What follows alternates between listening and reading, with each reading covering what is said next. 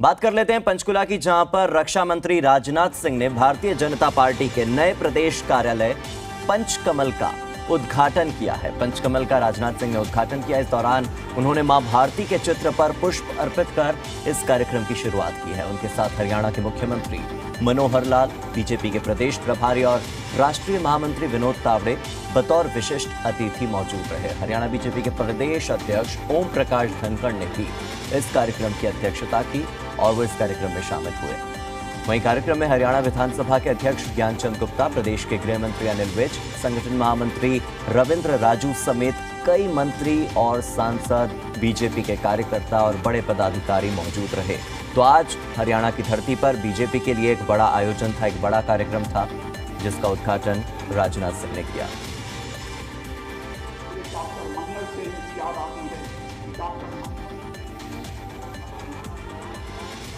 Bharatiya Janata party को खड़ा करने का काम किया है मेरे कहने। लगातार 7 बार वह विधायक रहे। 7 बार विधायक रहने के बावजूद कोई मां का लाल उंगली उठाकर नहीं कह सकता था कि हमारे डॉक्टर मंगल सिंह सेन जी के दामन पे ऊपर कोई भ्रष्टाचार की दाग लगी हुई है। बराबर हमारे डॉक्टर मंगल सिंह जी ने ईमानदारी, शुचिता को अपने जीवन में उन्होंने प्राथमिकता दी। इसीलिए भले ही भारतीय जनता पार्टी उस समय सरकार नहीं बना पाती थी, लेकिन भारतीय जनता पार्टी के अतिरिक्त भी अन्य राजनीतिक पार्टियों के द्वारा डॉक्टर मंगल सिंह जी को सम्मान प्राप्त। और आज मैं कह सकता हूं, हमारे मुख्यमंत्री मनोहर लाल जी खट्टर, कोई यह कह सकता है कि मनोहर लाल जी ने यह काम नहीं किया, वह काम नहीं किया, ये कर दिया होता तो ज्यादा अच्छा है, वह कर दिया होता तो ज्यादा अच्छा है, लेकिन कोई मां का लाल उंगली उठाकर नहीं कह सकता है कि इनके कार्यकाल में इनके दामन पर कोई भ्रष्टाचार की दाग लगी हुई हो। बहनों भाइयों, कम से कम यह कोई नहीं कह सकता। इतनी बात मैं दावे के साथ कह सकता हूं। सरकारी नौकरियों में भर्ती का यहां तक सवाल है, मैं आंकड़े उठाकर देख रहा इसके पहले की जो सरकारें 8 वर्षों में नहीं, 15 वर्षों में जितने लोगों की को नौकरी नहीं दे पाई, उससे ज्यादा नौकरी लोगों को देने का काम हमारी सरकार ने किया है, हमारे मुख्यमंत्री मनोहर लाल खट्टर ने किया है। बहनों भाइयों, और भी जो इस पर सवालिया निशान लगाना चाहते हैं, मैं उनसे कहना चाहता हूं, आंकड़े उठाकर दें। जो भारतीय जनता पार्टी ने कहा था, वह भारतीय जनता पार्टी ने करके दिखाया। यह भारतीय जनता पार्टी का चरित्र है।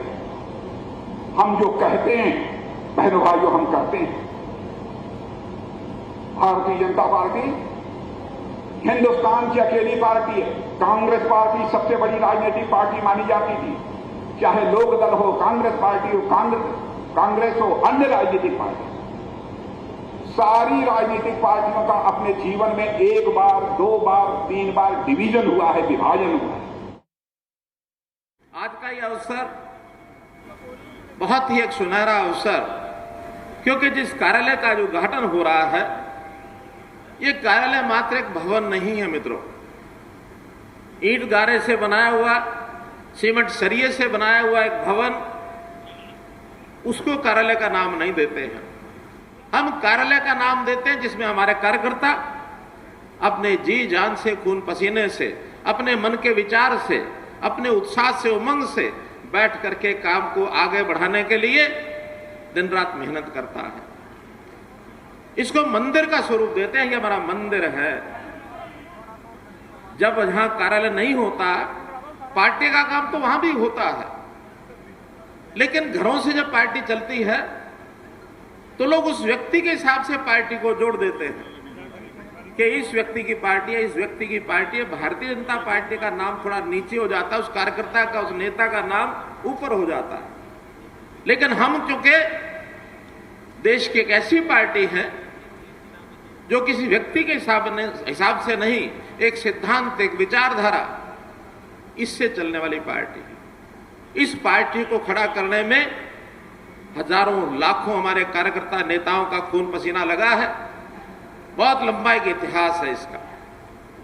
हमारे कंधों पर आज पार्टी का काम आगे बढ़ाने का दायित्व है, तो हमको पार्टी का काम कराने के लिए एक वातावरण भी उसी प्रकार का अच्छा वातावरण चाहिए।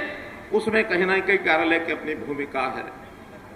वैसे तो कहते हैं हमारी पार्टी के 5 कै ये उसकी भूमिका में रहते हैं, जिसमें कार्यकर्ता है, कार्यक्रम है, कार्यालय है, कार्य पद्धति है और हमारा कोष है। कोष के बिना भी बात चलती नहीं है। तो इसी 5 क हैं जिसके ऊपर हमारी पार्टी व्यवस्थित रूप से आगे बढ़ती है। लेकिन एक छठा क भी हमारे साथ जुड़ा हुआ है। 5 क तो किसी भी पार्टी के कार्य यानी काम के साथ जुड़े होंगे, लेकिन हमारे साथ छठा जो जिसकी चर्चा ओम प्रकाश धनखड़ जी कर रहे थे, वो है हमारा चुनाव चिन्ह कमल। वो भी एक क है। तो इस कमल का अलग अलग प्रकार से व्याख्या की जा सकती है। मैं जब कभी इस कमल के चुनाव चिन्ह का किसी ने सुझाव दिया होगा, चयन किया होगा, कहीं अगर इसके ऊपर विचार किया होगा, तो उनको बहुत सराहना करता हूं इस बात की कि बड़ा सोच समझ करके कमल का जो निशान ये हमने प्राप्त किया है, लिया है। जैसा हम जानते हैं कमल जो है कीचड़ में खिलता है और कीचड़ में गंदगी भी होती है, लेकिन जब कमल खिलता है तो कमल हमने देखा होगा कि कमल की पत्तियों के ऊपर, कमल के फूल के ऊपर कोई गंदगी का कण, कोई पानी की बूंद वो टिकने नहीं देता है। इस कमल में से हमको संदेश लेना है तो हम कमल जैसे पवित्र रहेंगे और कहीं भी किसी प्रकार का कोई गलत बात हमारे साथ न चिपक जाए, कोई ऐसी अनैतिक बातें हमारे साथ न जुड़ जाए। कमल की पवित्रता के समान हम कार्यकर्ता भी पवित्र रहेंगे।